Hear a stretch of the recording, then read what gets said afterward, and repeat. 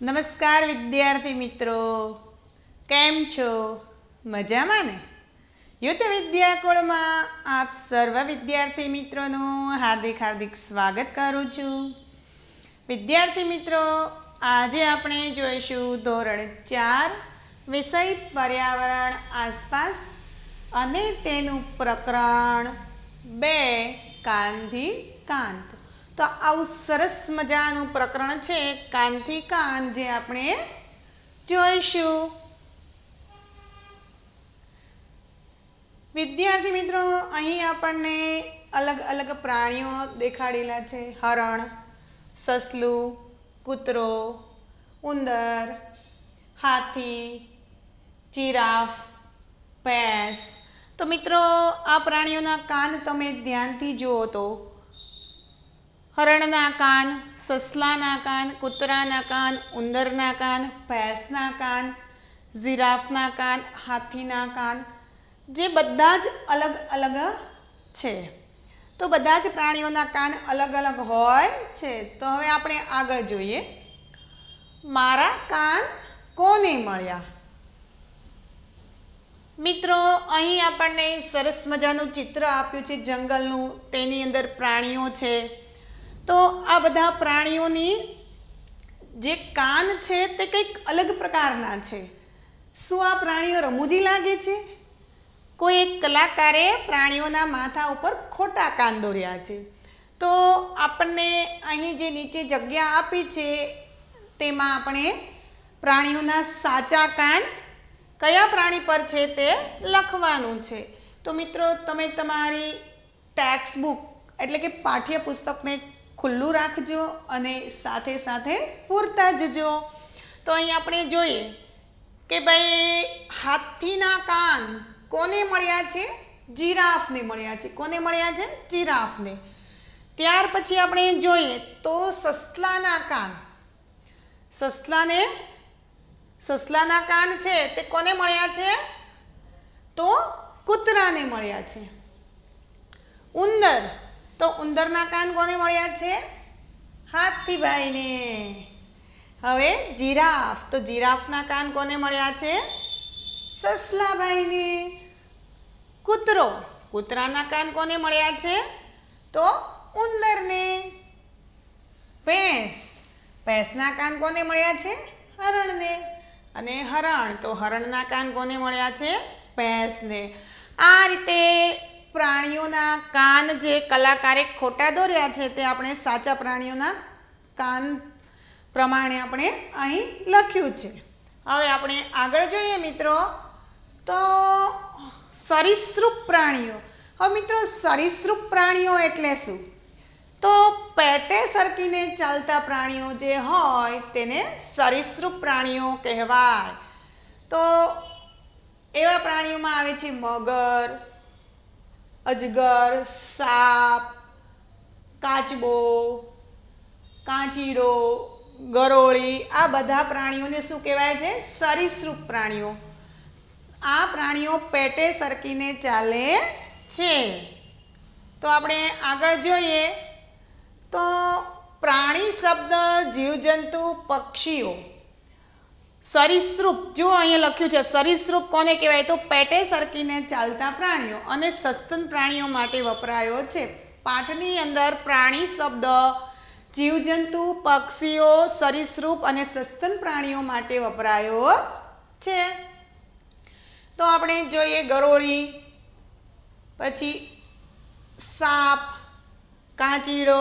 આ બધા જ પેટે સરકીને ચાલતા પ્રાણીઓ છે જે આપણે જોઈ શકીએ છીએ. સસ્તન પ્રાણીઓ. હવે સસ્તન પ્રાણીઓ કોને કહેવાય? તો ગાય, બિલાડી, કૂતરો, હરણ, ખિસકોલી, વાઘ.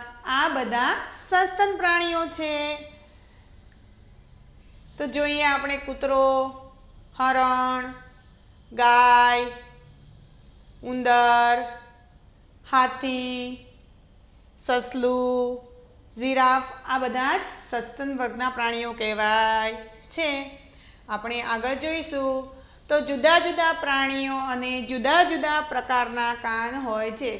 જુદા જુદા પ્રાણીઓ હોય છે તેને જુદા જુદા પ્રકારના કાન હોય છે. તો અહીં આપણને જે પ્રાણીઓ આપ્યા છે એમાંથી કયા પ્રાણીઓને ના કાન આપણે જોઈ શકીએ છીએ અને કયા પ્રાણીઓના કાન આપણે જોઈ શકતા નથી તે આપણને નીચે જે કોષ્ટક આપ્યું છે તેની અંદર લખવાનું છે. તો અહીં આપણને પ્રાણીઓના નામ આપ્યા છે: હરણ, દેડકો, માછલી, કીડી, કાગડો, ભૂંડ, જીરાફ, બિલાડી, વાઘ, ચકલી, ભેંસ, સાપ, ગરોળી, બતક, હાથી, વાંદરો. આ બધા જ પ્રાણીઓ આપ્યા છે. આમાંથી અમુક પ્રાણીઓના કાન આપણે જોઈ શકીએ છીએ, અમુક પ્રાણીઓના કાન આપણે જોઈ શકતા નથી. તો આપણે જે કોષ્ટક આપેલું છે તેની અંદર તે પ્રાણીઓને નામ લખવાના છે. તો આપણે જોઈએ કે ભાઈ હરણના કાન, તો હરણના કાન આપણને દેખાય છે. આગળ જોઈએ દેડકો, તો દેડકાને કાન છે, આપણે દેડકાના કાન જોઈ શકીએ છીએ નહીં. માછલી, તો માછલીને કાન છે? ના, માછલીને કાન નથી દેખાતા. હવે આપણે જોઈએ કીડી, તો કીડીના કાન દેખાય છે આપણને? નહીં, કીડીના કાન નથી દેખાતા. કાગડો, તો કાગડાને કાન છે? નહીં. જીરાફ, તો જીરાફના કાન આપણે જોઈ શકીએ છીએ. બિલાડી, તો બિલાડીને પણ કાન છે, તે પણ આપણે જોઈ શકીએ છીએ. વાઘ, તો વાઘને પણ કાન છે, તે આપણને દેખાય છે.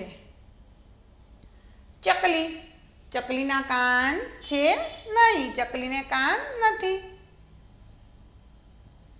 ભેંસ, તો ભેંસને કાન છે? હા, ભેંસના કાન આપણે જોઈ શકીએ છીએ. સાપ, તો સાપને કાન દેખાય છે? નહીં, સાપના કાન નથી દેખાતા આપણને. ગરોળી, તો ગરોળીના કાન આપણને દેખાય છે? નહીં. બતક, બતકના કાન આપણે જોઈ શકીએ છીએ? નહીં. હાથી, તો હાથીના કાન આપણે જોઈ શકીએ છીએ. વાંદરો, તો વાંદરાના કાન આપણે જોઈ શકીએ છીએ. ભૂંડ, તો ભૂંડના કાન પણ આપણે જોઈ શકીએ છીએ. તો મિત્રો, આ રીતે આપણે જે પ્રાણીઓના કાન જોઈ શકીએ છીએ તે પ્રાણીઓના નામ આપણે અલગ કોષ્ટકમાં લખવાના છે અને જે પ્રાણીઓના કાન આપણે જોઈ શકતા નથી તેને પણ આપણે અલગ કોષ્ટકમાં લખવાના છે. તો અહીં આપણને કોષ્ટક આપ્યું છે પ્રાણીઓ જેના કાન આપણે જોઈ શકીએ છીએ અને પ્રાણીઓ કે ભાઈ જેના કાન આપણે જોઈ શકતા નથી. તો આપણે અહીં પહેલાં જોઈએ હરણ, તો આપણે હરણના કાન જોયા એટલે આપણે તેને જેના કાન જોઈ શકીએ છીએ તે કોષ્ટકમાં લખીશું. પછી આવે છે દેડકો, તો દેડકાના કાન આપણે જોઈ શકતા નથી એટલે તેને અહીં લખશું. પછી આવે છે માછલી, તો માછલીના કાન પણ આપણે જોયા નથી. કીડી, તો કીડીના પણ કાન દેખાતા નથી. કાગડો, તો કાગડાના કાન પણ આપણે જોઈ શકતા નથી જેથી તેને અહીં લખીશું. ભૂંડ, તો ભૂંડના કાન આપણે જોયા એટલે તેને આપણે કાન જોઈ શકીએ તેની અંદર લખીશું. જીરાફ, તો જીરાફના કાન પણ આપણે જોયા તો આપણે તેને એ કોષ્ટકમાં લખીશું. પછી આવે છે બિલાડી, તો બિલાડીના કાન આપણે જોયા. વાઘ, તો વાઘના કાન આપણે જોઈ શકીએ છીએ. ચકલી, ચકલીના કાન જોઈ શકતા નથી. ભેંસ, તો ભેંસના કાન આપણે જોયા. સાપ, સાપના કાન દેખાતા નથી. ગરોળી, તો ગરોળીના કાન નથી દેખાતા. બતક, બતકના કાન આપણે નથી જોયા. હાથી, તો હાથીના કાન આપણને દેખાય છે. વાંદરો, તો વાંદરાના પણ આપણને કાન જોવા મળે છે. આ રીતે આપણે જે પ્રાણીઓના કાન જોઈ શકીએ છીએ અને જે પ્રાણીઓના કાન નથી જોઈ શકતા તેમનું વર્ગીકરણ કરવાનું છે, અલગ પાડવાના છે. હવે આપણે આગળ જોઈએ. શું તમે વિચારો છો કે જેના કાન આપણે જોઈ શકતા નથી તેમને ખરેખર કાન નથી હોતા? ચાલો આપણે આ ચિત્રનું અવલોકન કરીએ. તો આપણે જે વિચાર કરીએ છીએ કે ભાઈ જેના કાન આપણને નથી દેખાતા તો શું તેમને ખરેખર કાન નહીં હોય?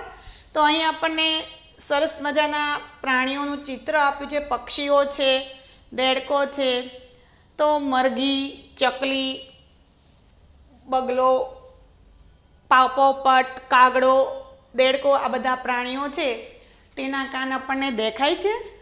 નથી દેખાતા, પરંતુ તેમને કાણા હોય છે, કાન હોતા નથી, જે પીછામાં ઢકાઈ ગયેલા હોય છે. હવે અહીં આપણને કહ્યું છે ચિત્રમાં આપેલા પ્રાણીઓના નામ કહો. તો અહીં આપણે ચિત્રમાં મરઘી દેખાય છે, ચકલી દેખાય છે, પોપટ દેખાય છે, બતક દેખાય છે, કાગડો દેખાય છે અને દેડકો દેખાય છે. તો અહીં આપણે તેના નામ લખવાના છે. હવે તમે તેમના કાન જોઈ શકો છો? તો આ જે પ્રાણીઓ આપણને બતાય છે તેના આપણે કાન જોઈ શકીએ છીએ? ના, આપણે તેના કાન જોઈ શકતા નથી. તે બધાને કાન છે, ભલે આપણે જોઈ શકતા નથી. બીજા એવા પ્રાણીઓ શોધો જેના કાન આપણે જોઈ શકતા નથી, તેમના નામ લખો. તો અહીં આપણે તેમના નામ લખીશું: કીડી, મકોડો, મગર, ગરોળી, દેડકો, માખી, મચ્છર, કબૂતર, હોલો, હંસ, કોયલ, સમડી વગેરે આવા પ્રાણીઓ છે કે ભાઈ જેના કાન આપણે જોઈ શકતા નથી. હવે અહીં વાંચો અને લખો એવું કહ્યું છે. તો પહેલું આપ્યું છે જેના કાન પંખા જેવા હોય તે પ્રાણી. મિત્રો વિચારો, કયા પ્રાણીના કાન પંખા જેવા હોય છે? હા, હાથી. હાથીભાઈના કાન પંખા જેવા હોય છે. જેના કાન પરણો જેવા હોય તે પ્રાણીનું નામ કહો તો મિત્રો. હા, સસલાભાઈના કાન પરણો જેવા છે. જેના કાન તેમના માથાની ટોચ ઉપર હોય તે પ્રાણી. તો હરણ અને જીરાફના કાન તેમના માથાની ટોચ ઉપર હોય છે. જેના કાન તેમના માથાની બંને બાજુ હોય તે પ્રાણીના નામ. તો મિત્રો એ તો આપણને ખબર જ છે અને આપણે જોઈએ છીએ. ગાય, ભેંસ, બકરી અને બળદ, જેના કાન માથાની બંને બાજુ હોય છે. આપણે આગળ જોઈએ મિત્રો. તો તમે સારી રીતે જાણો છો કે સાંભળવામાં મદદ કરે છે. કેટલાક પ્રાણીઓના કાન જોઈ શકો છો, તો કેટલાકમાં જોઈ શકતા નથી. આપણે પક્ષીઓના કાન જોઈ શકતા નથી. પક્ષીઓને માથાની બંને બાજુ નાના કાણા હોય છે. તેમને કાન નથી હોતા, પરંતુ કાણા હોય છે અને તે શું હોય છે? પીછાની અંદર ઢકાયેલા હોય છે, જેથી આપણે જોઈ શકતા નથી. અને તે કાણા પક્ષીઓને સાંભળવામાં મદદ કરે છે. જો અહીં આપણને ચિત્ર આપ્યું છે, આપણે આગળ જોઈએ. જો તમે ધ્યાનપૂર્વક જુઓ તો ગરોળીના માથા પર નાના કાણા જોઈ શકશો. તે તેના કાન છે. મગરને પણ આ રીતે કાન હોય છે, પરંતુ તે આપણે સરળતાથી જોઈ શકતા નથી. તો મિત્રો અહીં મેં નમૂના રૂપે તમને ગરોળી બતાવી છે. જો આપણે જોઈએ છીએ ગરોળીને કાન નથી દેખાતા, પરંતુ તેને કાણા હોય છે. હવે આપણે મગર જોઈએ તો મગરને પણ એ જ રીતે હોય છે. આપણે આગળ જોઈએ મિત્રો. હવે આવે છે કોની ચામડી. તો મિત્રો આપણે પ્રાણીઓને તેના કાનથી તો ઓળખી જ છીએ. કાનથી કેવી રીતે ઓળખાય તે તો આપણે શીખી ગયા. હવે આપણે પ્રાણીઓને તેમની ચામડીથી ઓળખવાના છે. તો અલગ અલગ પ્રાણીઓને અલગ અલગ પ્રકારની, અલગ અલગ રંગની અને અલગ અલગ ડિઝાઇનની ચામડીઓ હોય છે. તો આપણે જોઈએ આગળ કે ભાઈ કયા પ્રાણીની ચામડી કેવી હોય છે. તો આપણે હરણ જોઈએ છીએ. તો હરણના શરીર પર ટપકા હોય છે સફેદ, જે હરણને બીજા પ્રાણીઓથી અલગ કરે છે. પછી જોઈએ આપણે વાઘ. તો વાઘના શરીર પર કાળા અને પીળા પટ્ટા દેખાઈ રહ્યા છે. ત્યાર પછી આપણે જોઈએ તો ઝીબ્રા. તો ઝીબ્રાના શરીર પર કાળા અને સફેદ પટ્ટા દેખાઈ રહ્યા છે. હવે આપણે જોઈએ તો ખિસકોલી. તો ખિસકોલીના શરીર પર પણ પટ્ટા દેખાય છે. આ રીતે અલગ અલગ પ્રાણીઓના શરીર પર અલગ અલગ પટ્ટા હોય છે. તો હવે આપણે જોઈએ અહીંયા ચિત્તો, તો ચિત્તાના શરીર પર પણ આ રીતની ડિઝાઇન હોય છે. હવે અહીં આપણને પ્રાણીઓ આપેલા છે, એ પ્રાણીઓને તેમની ચામડીના ચિત્રો સાથે આપણે જોડવાના છે અને ચિત્ર ઉપર સાચી ચામડીની ભાત બનાવવાની છે. તો પહેલું ચિત્ર આપણને આપ્યું છે વાઘનું, પછી અહીં ઝીબ્રા છે, હરણ છે, ચિત્તો છે, ખિસકોલી છે. તો તેના શરીર પર તમારે સાચી ચામડી જોડવાની છે. તો હરણની ચામડી જુઓ કેવી છે, પછી ખિસકોલીની ચામડી કેવી છે, વાઘની ચામડી કેવી છે, ચિત્તાની ચામડી કેવી છે અને ઝીબ્રાની ચામડી કેવી છે. આ રીતે મિત્રો તમારે તેમને તેમની સાથે જોડવાના છે અને તેમના શરીર પર તેમની સાચી ચામડીની ડિઝાઇન દોરવાની છે. ભાત એટલે કે ડિઝાઇન દોરવાની છે. જુદા જુદા પ્રકારની ભાત, ભાત એટલે ડિઝાઇન, પ્રાણીઓના શરીરની ચામડી પર રહેલા વાળના કારણે છે. પ્રાણીઓના શરીર પર વાળ હોય છે, તે વાળના કારણે તેમના શરીર પર અલગ અલગ ભાત દેખાય છે. તમે ક્યારેય કોઈ પ્રાણીને વાળ વગર જોયું છે? અનુમાન કરો કે પ્રાણીની ચામડી પર વાળ ન હોય તો તે કેવા લાગે? કોઈ ભાત કે રંગ વગરના નહીં હોય તો આપણે જોઈએ કે ભાઈ કોઈ પ્રાણીઓ જે છે એમના શરીર પર વાળ ન હોય તો તે કેવા લાગે? તો તે કંઈક અલગ પ્રકારના જ આપણને લાગે છે. તો હા, આપણે એવા ઘણા પ્રાણીઓ જોયા છે, જેમ કે માછલી, પછી દેડકો, ગરોળી, આવા બધા પ્રાણીઓ છે જે પ્રાણીઓના શરીર પર ચામડી પર વાળ નથી હોતા અને તે સારા લાગતા નથી. અને વાળ વગરના પ્રાણીઓ કોઈ પણ ભાત એટલે કે ડિઝાઇન કે રંગ વગરના હોય છે. તેમના શરીર પર કોઈ ડિઝાઇન કે રંગ હોતા નથી. હવે અહીં આપણને કોષ્ટક આપેલું છે. આ કોષ્ટકમાં પ્રાણીઓના નામની સામે તેમના દેખાવના આધારે સામે ખાનામાં ખરું કરવાનું છે. તો જેમના કાન દેખાતા હોય તેમાં, જેમના કાન ન દેખાતા હોય, ચામડી પર વાળ હોય અને ચામડી પર પીંછા હોય, તો આપણે તેમાં ખરું કરીશું. તો બકરી, બકરીના કાન દેખાતા હોય છે? હા, બકરીના કાન દેખાતા હોય છે. ચામડી પર વાળ હોય છે? હા, હોય છે. હાથી, હાથીના કાન દેખાય છે? હા. ચામડી પર વાળ હોય છે? હા.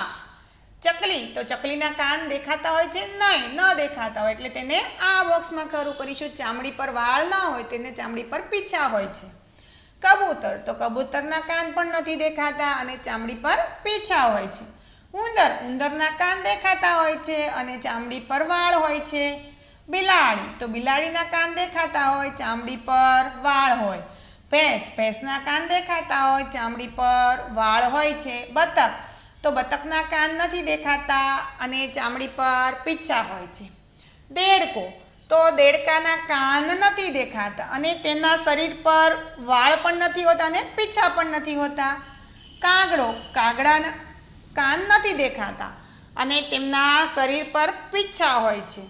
મોર, તો મોરના કાન આપણે જોઈએ છીએ? નહીં, મોરના કાન નથી દેખાતા, તો મોરના શરીર પર પીંછા હોય છે. ભૂંડ, તો ભૂંડના કાન આપણે જોઈ શકીએ છીએ, તેમના શરીર પર વાળ હોય છે. મરઘી, તો મરઘીના કાન નથી દેખાતા એટલે તેને અહીં કરશું ખરાની નિશાની અને તેમના શરીર પર પીંછા હોય છે.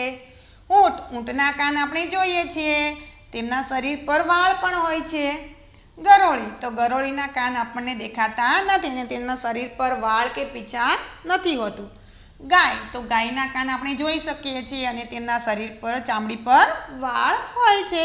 તો મિત્રો, આપણે આ રીતે કોષ્ટકમાં પ્રાણીઓના નામની સામે તેમના દેખાવના આધારે ખરાની નિશાની કરવાની હતી. હવે આપણે આગળ જોઈએ મિત્રો. તો તમે ગાય અને ભેંસ માટે કયા ખાનામાં ખરું કર્યું?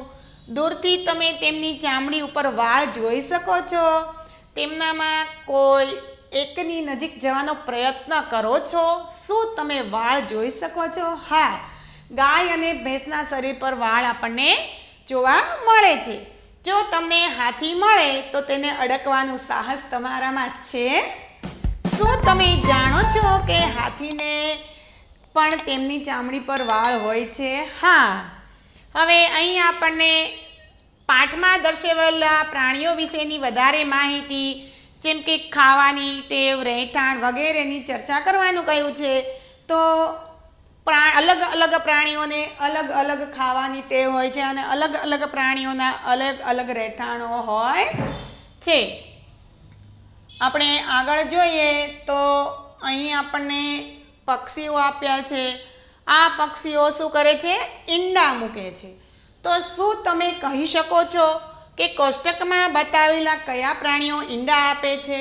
અને તેમને શોધીને તેમના નામ આપણે લીલા કોષ્ટકમાં લખવાના છે. જે પ્રાણીઓ ઈંડા નથી આપતા અને બચ્ચાને જન્મ આપે છે તેમના નામ આપણે લાલ કોષ્ટકમાં લખીશું. તો અહીં આપણને જે કોષ્ટક આપ્યું છે તેની અંદરથી આપણે કોષ્ટકમાં દર્શાવેલા પ્રાણીઓને જે બચ્ચાને જન્મ આપે છે અને જે ઈંડા મૂકે છે તે પ્રાણીઓને અલગ અલગ કરીશું. તો બકરી છે તે શું કરે છે? બચ્ચાને જન્મ આપે છે. હાથી, તો હાથી પણ બચ્ચાને જન્મ આપે છે. ચકલી, તો ચકલી શું કરે છે? ઈંડા મૂકે છે. કબૂતર, તો કબૂતર પણ ઈંડા મૂકે છે. પછી ઉંદર, તો ઉંદર બચ્ચાને જન્મ આપે છે. બિલાડી, બિલાડી પણ બચ્ચાને જન્મ આપે છે. ભેંસ, ભેંસ બચ્ચાને જન્મ આપે છે. બતક, બતક ઈંડા મૂકે છે. દેડકો, દેડકો ઈંડા મૂકે છે. કાગડો, કાગડો ઈંડા મૂકે છે.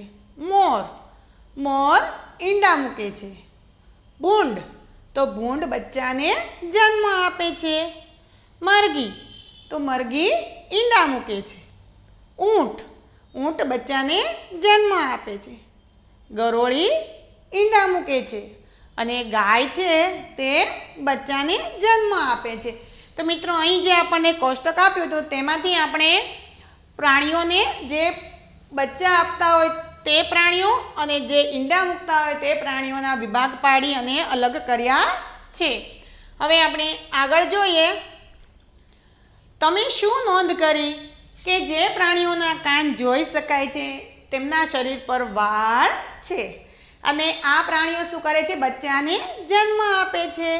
જે પ્રાણીઓને બહારની બાજુથી કાન હોય તે પ્રાણીઓ બચ્ચાને જન્મ આપે છે અને જે પ્રાણીઓને બહારની બાજુ કાન ન હોય તે પ્રાણીઓ ઈંડા મૂકે છે અને તેમના શરીર પર વાળ પણ ન હોય.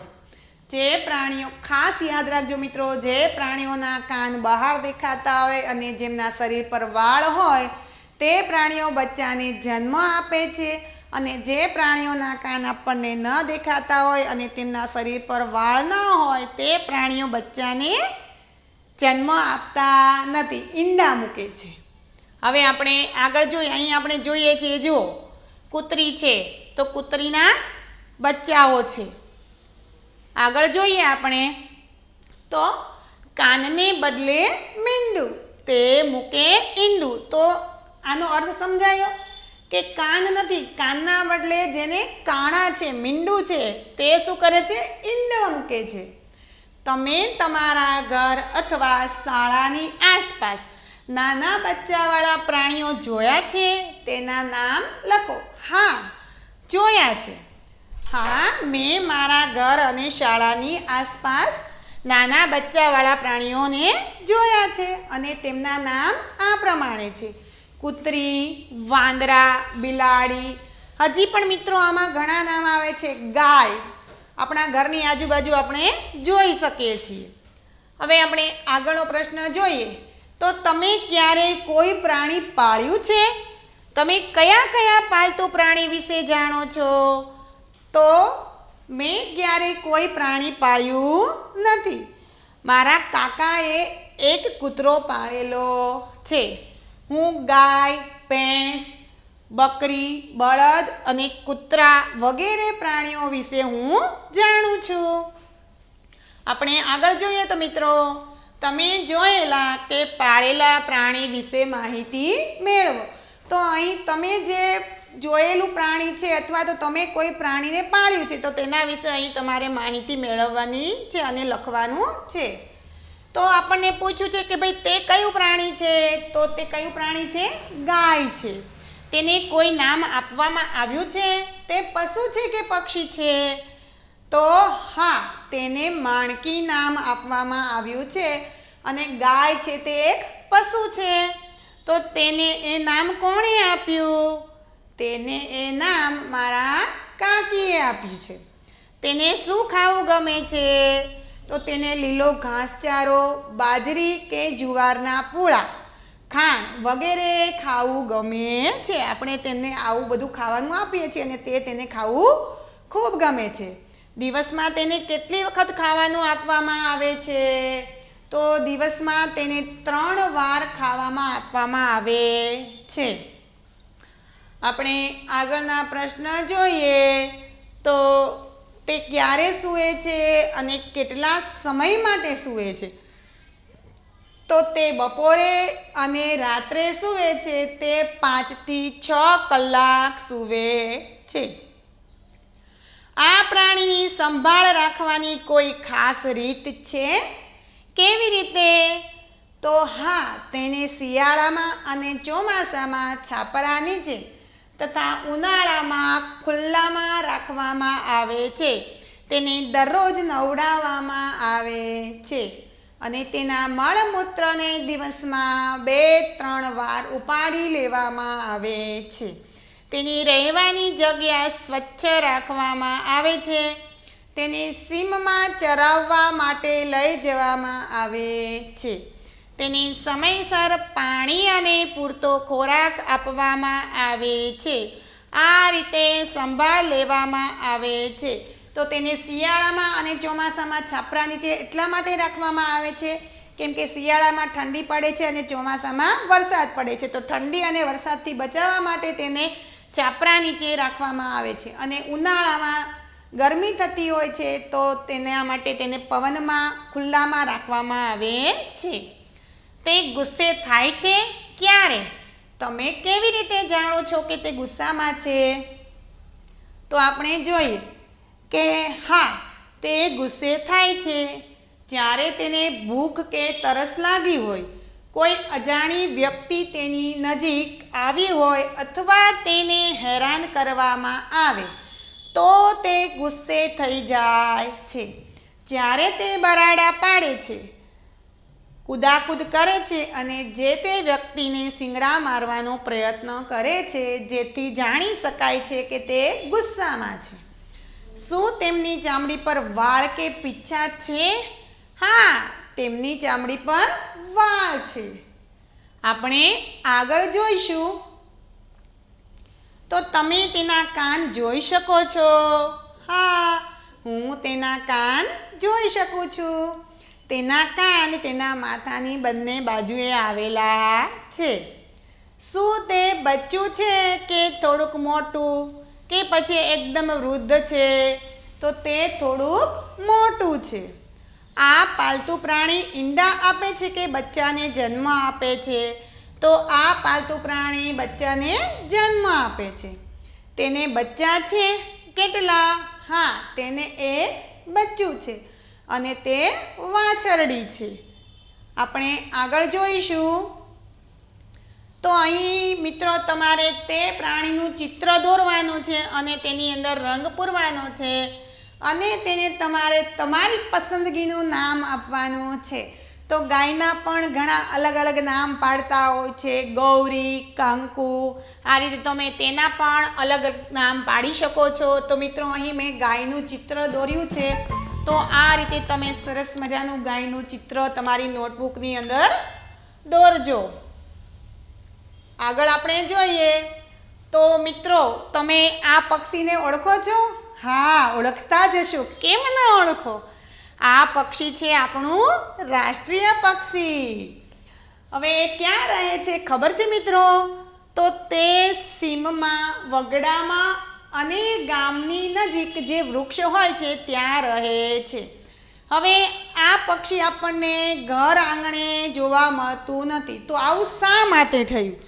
કેમ કે પહેલાંના સમયમાં રહેઠાણની આસપાસ ચબૂતરા બનાવવામાં આવતા હતા, પરંતુ હવે સમયાંતરે એટલે કે ભાઈ સમયના સંજોગોને હિસાબે હવે આવા ચબૂતરાઓ ખૂબ જ ઓછા થઈ ગયા છે અને આ કારણે મોર જેવા પક્ષીઓ આપણને જોવા મળતા નથી, ખૂબ ઓછા આવે છે. એટલે આ પક્ષીઓએ મોટા મોટા પક્ષીઓએ સ્થળાંતર કર્યું છે અને તેઓ હવે વગડા અને ખેતર વિસ્તારમાં જ આપણને જોવા મળે છે. આજે આથી આપણને ઘર આંગણે મોર ખૂબ જ ઓછો જોવા મળે છે અને આપણે જો મોરને જોવો હોય તો સીમ અને વગડામાં જવું પડે છે. તો મોર છે તે મિત્રો આપણું રાષ્ટ્રીય પક્ષી છે. આપણે આગળ જોઈએ મિત્રો, તો અહીં તમારે તમારું પોતાનું પક્ષી બનાવવાનું છે. તો મિત્રો અહીં આપણને ક્રમ આપ્યા છે, એ ક્રમ પ્રમાણે તમારે કાગળ લઈ અને તેની ઘડીઓ વાળી અને આ રીતે તમારે પક્ષીને બનાવવાનું છે. ક્રમ 1, ક્રમ 2, 3, 4, 5, 6 અને 7 અને 8 આ રીતે તમારે ઘડીઓ વાળી અને પક્ષીને તમારે બનાવવાનું છે.